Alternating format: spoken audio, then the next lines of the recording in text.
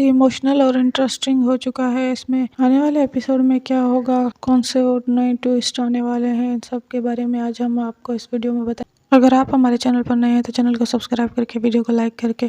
मां ड्रामे में सितारा और राहा के साथ आसिया, ज़रियुन और वसीम ने मिलकर सैफ साहब की मौत के बाद बहुत बुरा किया था और अब आसिया भी बेघर हो चुकी है। उन्हें इन दोनों के साथ धोखा किया और उन्हें अपने ही घर से बाहर निकाल दिया।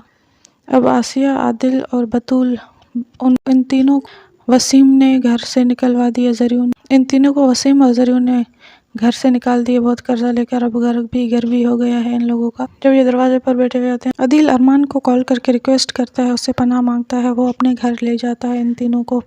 आगे से ज़रियुन राहा के पास जाता है और उसे कहता है कि बतूल एक धोखेबाज लड़की है जो कि मुझे भी छोड़कर, मुझे धोखा देकर वो चली गई है अरमान के पास। ये सारी बातें सुनकर राहा को बहुत ही बड़ा शौक लग जाता है और राहा कहती है ऐसा नहीं हो सकता, आप झूठ बोल रहे हैं, सब कुछ इम्पॉसिबल है। लेकिन आने वाले एपिसोड में आप लोग देखोगे कि राहा को अरमान मिलता है कहीं पर, तो वहाँ पर राहा उसे कहती है तो तुम्हारे साथ तुम्हारे घर पर क्यों रह रही है।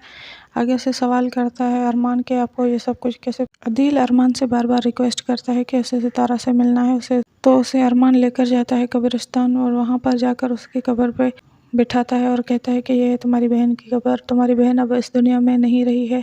और राहा भी बिल्कुल अकेली पड़ चुकी है। ये सारी बातें सुनकर आदिल बहुत रोता है, बहुत इमोशनल होता है।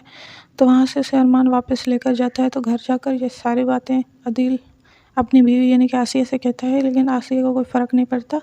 आगे से आसिया बहुत खुश होती है और आदिल अब राहा को तलाश करने के लिए निकलेगा।